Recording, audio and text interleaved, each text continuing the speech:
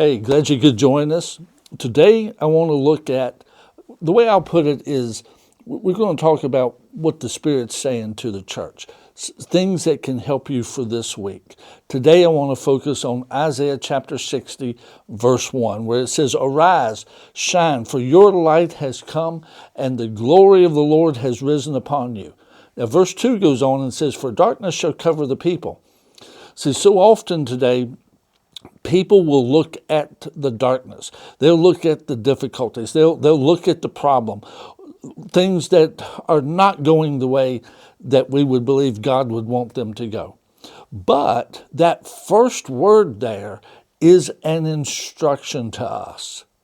He said, "Arise, shine." So from that standpoint, we can see all of these things. Unfortunately, a lot of Christians just pray, "God, do something." But God said, "You arise." We as believers, we need to arise and do things that God tells us to do. We need to be engaged in things spiritually. We need to be promoting our faith. We need to be promoting the kingdom of God. We need to be engaged in advancing the kingdom of God. And so that first one is arise. That first word, arise. The second one, shine. Shine. If you would, flip your light on. Then he says the glory of the Lord will come upon you. But you see, first, we got to get up and get going. And then we have to have a level of intentionality. We have to choose to shine. What's going to happen for you this week? What's going to take place? What are you going to set in motion intentionally? God has a plan for your life, but he said, draw near to him and he would draw near to you. See, God puts it to, you have to take the step. You have to make a move toward him. You have to make a move toward the things of God. Then he will respond. He will come in. Arise, shine.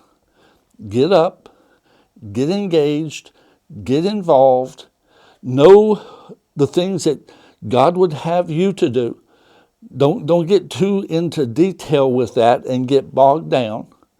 If you don't have something that the Spirit of God is really dealing with you about, then act on what you know. Act on what the Word says. The Word says be a person of love.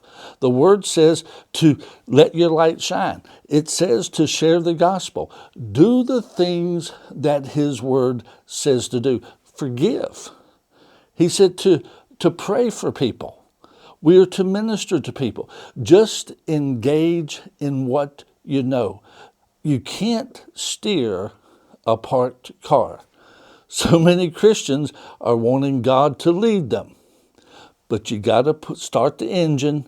You got to put it in gear. Then you can turn the wheels and you can lead it and you can guide it. That's what we have to do in order to be able to be moving forward in the things of God. Again, rise and shine. Don't get caught up in the darkness. I would, a lot of people, for lack of a better phrase, curse the darkness.